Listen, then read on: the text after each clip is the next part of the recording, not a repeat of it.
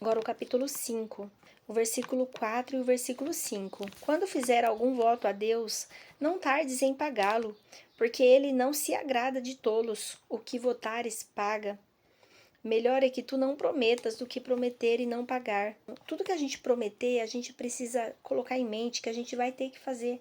Então, o nosso cérebro, quando eu prometo algo para ele e eu não faço, ele fala: Nossa, mas já vem você de novo prometendo algo que você não é capaz de cumprir. Toda vez você promete algo e você não é capaz de cumprir. Agora, o versículo 10. Aquele que ama a prata não se satisfará com a prata, e nem aquele que ama a abundância com o aumento. Isso também é vaidade. Então, outra tradução diz: o amor ao dinheiro. O amor ao dinheiro é a raiz de todos os males. Então, a gente precisa, em primeiro lugar, amar a Deus, adorar a Deus, amar as pessoas e desfrutar das coisas. Quando eu inverto isso, é aí que está o problema da riqueza. Quando eu inverto, quando eu começo a amar aquilo que eu deveria desfrutar. A gente não pode tirar a posição do Senhor. Primeiro a gente tem que adorar a Deus, amar as pessoas e desfrutar das coisas. Nunca inverta isso na sua vida. Deus, Ele quer que nós sejamos prósperos. Deus, Ele quer que nós sejamos bem-aventurados, que nós sejamos pessoas que prosperam em todas as áreas da nossa vida. Quando a gente vê lá a parábola dos talentos, aquela parábola lá, ela está falando de dinheiro, ela está falando de recursos financeiros, tanto que ele dá 5 para um, 2 para outro e 1 para o outro. Então, tanto para aquele que deu 5 quanto para o que deu 2, ele diz: Foste fiel no pouco, sobre o muito te colocarei. Foste fiel no pouco, sobre muito te colocarei. Então, tanto para o que ele recebeu 5, como o que recebeu 2, para Deus, tanto 5 milhões como 2 milhões, para Deus é pouco. Então, o diferencial que está ali diz assim que o Senhor deu de acordo com a capacidade de cada um. Aquele que recebeu 5 tinha capacidade para receber só 5. Aquele que recebeu 2 tinha capacidade para receber 2. Como que está a sua capacidade? Você está capacitado a receber 5 ou 2 ou 1 ou nada.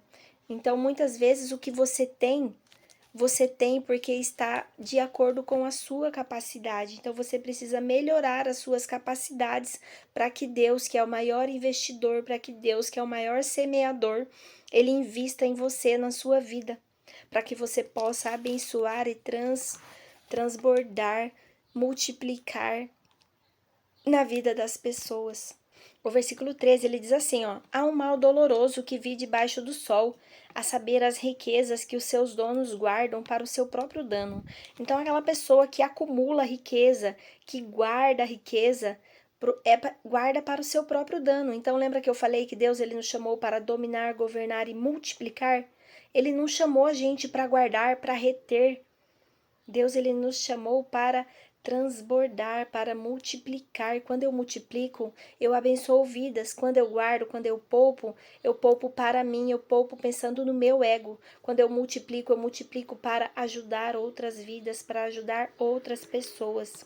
Eis o 18. Eis aqui o que eu vi, uma coisa boa e bela é comer e beber e desfrutar cada um do bem de todo o seu trabalho que realizou debaixo do sol, todos os dias de vida que Deus lhe deu, porque esta é a sua porção. E a todo homem também, a quem Deus deu riquezas e bens, e lhe deu poder para delas comer e tomar a sua porção, e gozar do seu trabalho. Isso é dádiva de Deus. Então, o que aqui quer dizer? Que nós temos que desfrutar das coisas simples do dia a dia, comer, beber, desfrutar de cada detalhe do nosso dia a dia. Muitas vezes a gente não valoriza esses momentos. Muitas pessoas, elas têm vida, mas não têm saúde para comer. Muitas vezes elas têm comida, mas não têm saúde para comer. Então a gente precisa desfrutar nas coisas simples do dia a dia, nas coisas simples que o Senhor proporcionou a nós. O capítulo 6, o versículo 3, esse versículo ele diz que nós precisamos reconhecer a bondade de Deus Nós precisamos reconhecer a bondade de Deus, porque se nós não reconhecermos a bondade de Deus, nós vamos acessar deuses estranhos. Assim como Salomão, ele não reconheceu a bondade de Deus, ele acessou muitos e muitos deuses, deuses de outras nações. Agora o capítulo 7, o versículo 1 e o versículo 2. Um bom nome é melhor do que um unguento precioso, e o dia da morte do que o dia do nascimento de alguém. Então aqui o que eu aprendo com esse versículo? Que é melhor o ter um nome limpo, ele vale muito, porque o nosso nome ele é muito valioso, o nosso nome ele está escrito no livro da vida. Então o meu nome é algo que eu preciso zelar. O meu pai ele falava muito disso, né? Quem tem um bom nome tem tudo. Tem crédito na praça, ele ainda falava assim: quem tem um bom nome tem tudo, porque nós temos um nome a zelar. Nós somos cristãos, nós carregamos o nome de Cristo. Então nós somos a Bíblia que o mundo lê. Então nós temos uma reputação, nós temos um nome a zelar. Não vou nem dizer uma reputação, né? Porque muitas vezes nós deixamos de fazer muitas coisas porque nós pensamos na nossa reputação. Nós pensamos o que vão falar de nós, o que vão pensar de nós, e nós deixamos de fazer aquilo que nós precisamos fazer porque nós pensamos demais na nossa reputação. Melhor é o dia da morte do que o dia do nascimento. Melhor é ir à casa onde há luto do que ir à casa onde há banquete, porque naquela está o fim de todos os homens, e os vivos o levam ao seu coração. No dia do velório, no dia do luto, é onde nós refletimos. Nós até pensamos, né? Existe uma fila da morte, a morte está vindo buscar um de cada vez. Onde que eu estou nessa fila? Mas uma pessoa que tem a Deus, uma pessoa que acessou a Deus, uma pessoa que tenha Jesus, que tem o Espírito Santo habitando nela, ela não tem que ter medo da morte, porque assim como eu disse, em Cristo, o melhor ainda está por vir, porque o nosso fim a gente sabe que todos vamos morrer, mas para quem está em Cristo nós não vamos morrer, nós passamos dessa para melhor. Muitas vezes as pessoas, elas não refletem no que elas fazem na vida, elas bebem, elas fumam, elas usam droga e elas acabam não refletindo.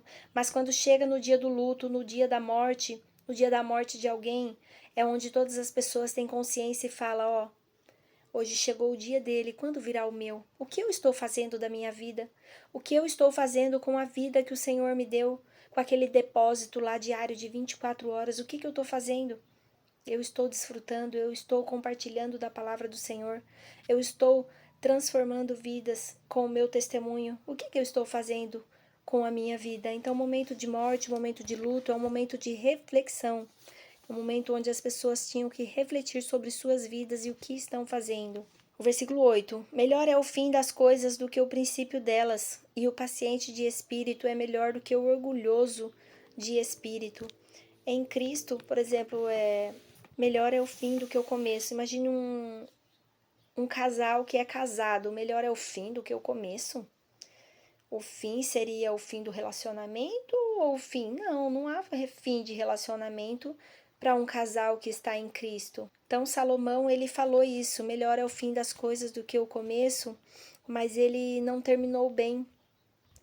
Então, uma pessoa que não adianta nada eu conquistar o mundo, sendo que quando eu morrer eu não vou estar com o Senhor.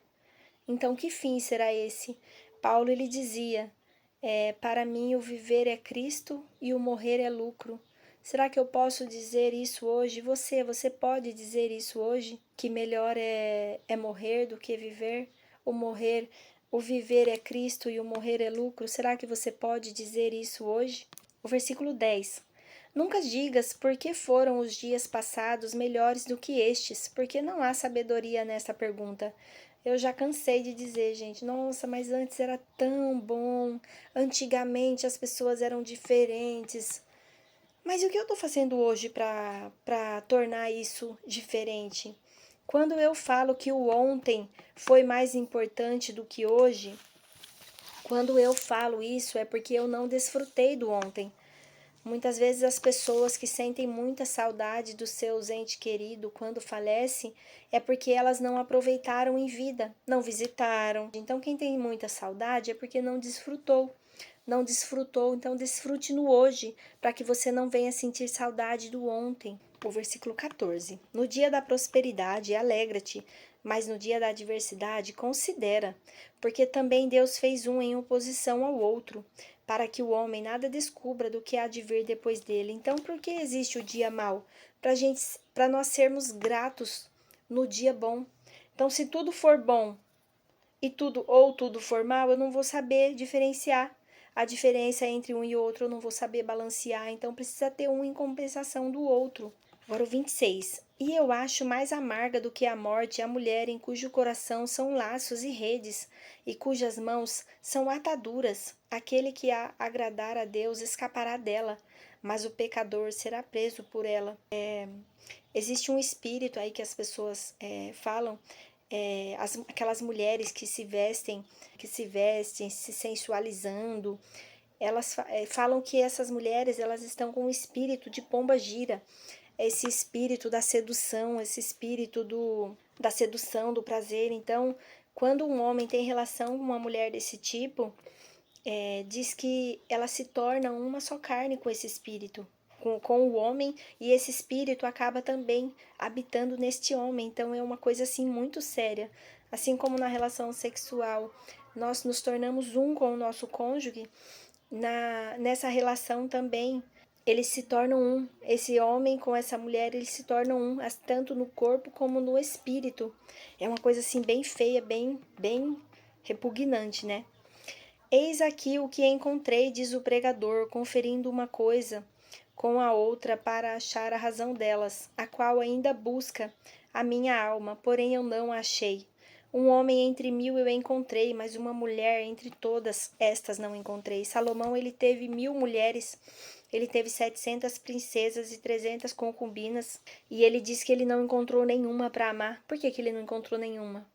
Porque ele estava procurando a mulher perfeita, e a mulher perfeita não existe, assim como o homem perfeito não existe. Então o que existe são pessoas tentando ali buscar ali um balanceamento balancear ali os seus comportamentos, mudar coisas no outro que não agradam, fazer ali um contrapeso, um contrassenso. Então, para que eles consigam viver em união.